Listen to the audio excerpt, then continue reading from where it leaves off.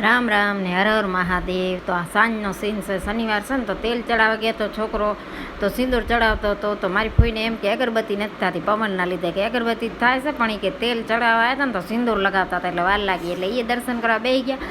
અને આજ હવે ફ્રીજ સાફ કરવાનું રહેશે તો કીધું હાલો ફ્રીજ સાફ કરી નાખું. તો બધી વસ્તુ બહાર કાઢી નાખી છે અને છોકરી ફ્રીજ સાફ કરે છે રી. અને પછી નાસ્તા સારું આજ પરાઠા ને બનાવી નાખી છે અને દહીં ને પપ્પાને દઈ દે. આજ હરિયાળી ત્રીજ છે એટલે મારી છોકરી કે મમ્મી આજ હરિયાળી ત્રીજ છે, આજ લીલી બંગડી પહેર, લીલો ચાંદલો લીલી હાડી પહેર ને આજ કે કામને મેલ પડતો અને આજ કે શંકર ભગવાનની પૂજા નહીં કરી કે અને રોજ કામ તો હોય જ છે કે આજ સજ ધજી કે. તો મેં તો લે કીધું નાહી ધોઈને તૈયાર થઈ ગયા, લડ્ડુ ભગવાનને તૈયાર કરી દીધા, મહાદેવને તૈયાર કરી નાખ્યા અને પછી પૂજા કરી નવરા થયા.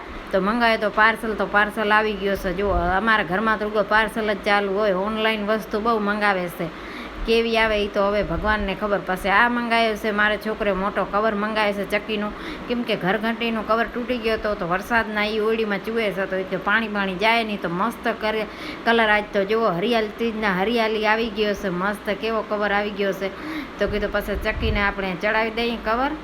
અને પછી છોકરીઓ કહે કે મમ્મી હાલ નહીં કે આપણે તારા ફોટા પાડીને. ના મને ફોટાનો શોખે નથી કીધું, હું તો ફોટા નહીં પડાવતો, તો હાલ તો ખરી. તો આવી રીતના પછી છોકરી ફોટા પાડ્યા. વિડીયો ગમે તો લાઈક શેર અને સબસ્ક્રાઈબર કરી નાખ.